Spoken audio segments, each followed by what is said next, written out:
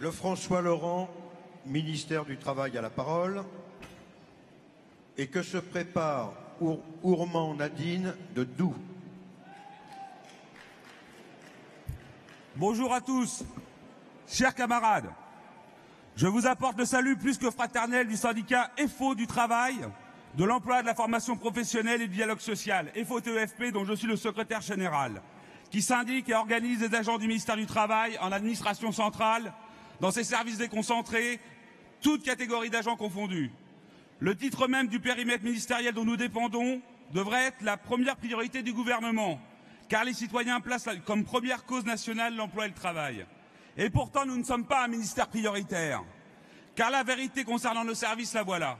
Nous avons supporté, avec notre lot de drames humains, les réorganisations successives qui ont abouti à une dégradation terrible des conditions de travail des agents, mais aussi à une réduction de la voilure de l'État sur les questions des politiques publiques de l'emploi et du travail.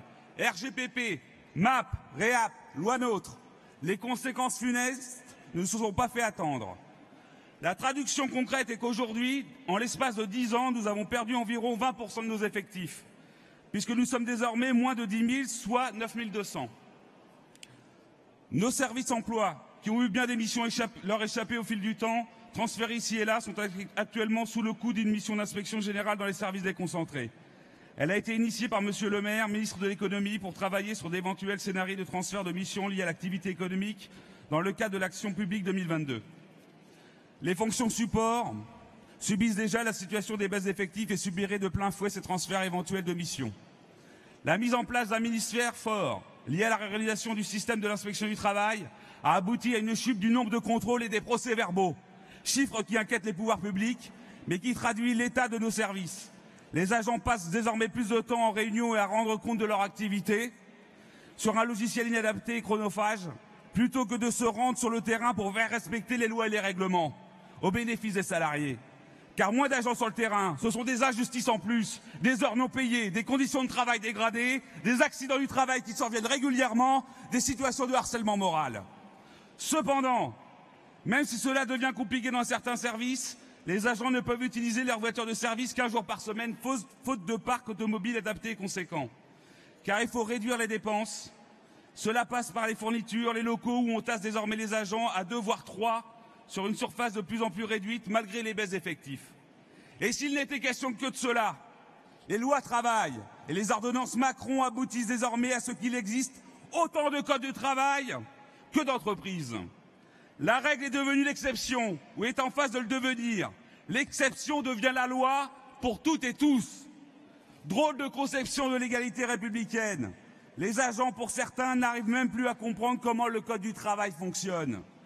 Ils sont pour partie gênés, voire terrorisés, car la sécurisation de la réponse juridique devient un enjeu face aux administrés, services renseignement, au droit du travail compris. Ce dernier service étant désormais sous le coup de fermetures régulières au public par manque d'effectifs. La situation est explosive. Les cordonniers sont les plus mal chaussés, dit-on. Et se chausser préfigure l'action de mobilité et d'aller d'un endroit à un autre. Vous comprendrez donc qu'au ministère du Travail, dans ses services centraux et déconcentrés au regard des conditions de travail, les agents n'ont pas du tout envie d'être se mettre en marche, car la marche risque de les conduire tout droit au précipice, du fait de la politique d'austérité qui leur est imposée. La première mesure qui devrait donc être prise, au bénéfice des salariés et des agents, serait d'abroger les lois travail et les ordonnances Macron, ce qui est le positionnement de notre syndicat national. Tout le monde y verrait plus clair. Les coupes budgétaires, ça suffit. Un ministère aux missions confortées, avec des effectifs en nombre pour répondre aux enjeux du XXIe siècle, c'est ce que notre syndicat national demande et revendique. Un dernier mot. J'abrège. Le ministère du Travail est en charge du dialogue social. Nous sommes désolés de le dire, les pouvoirs publics ne font pas vraiment honneur à ce titre, car dès que nous portons une revendication, elle est généralement considérée comme saugrenue et fait l'objet tout aussi régulièrement d'une fin de non-recevoir. De même, il a fallu le 10 janvier 2018, soit 9 mois après la promulgation du gouvernement, pour rencontrer Madame la ministre du Travail. 2 heures en multilatéral où seulement quelques vagues réponses nous ont été apportées. Depuis, plus rien. Il est vrai par ailleurs qu'elle était très occupée par les ordonnances. C'est ce dont nous a informé son cabinet. Pire, les pouvoirs publics voudraient nous associer à la redéfinition du périmètre ministériel dans le cadre de l'acte d'action publique 2022, à travers des concertations où beaucoup de décisions sont déjà décidées. J'en ai pour 20 secondes. Mais il est encore loin de la coupe aux lèvres, rien n'est joué et une riposte s'impose interprofessionnelle. Pour nous, il est hors de question de s'associer à ces concertations. Concerter, oui. Concerter, non, pardon. Négocier, oui, mais sur nos cahiers de revendications avant toute chose. Il faut donc rétablir la hiérarchie des normes dans le domaine du droit du travail, qui passe également par la hiérarchie des normes de l'action syndicale. Nous revendiquons, nous négocions. C'est l'ADN de la CGT-FO qu'il faudra peut-être rappeler au gouvernement. Gloire à FO, comme on dit à FO-TFP. Vive la CGT-FO. Merci à vous tous.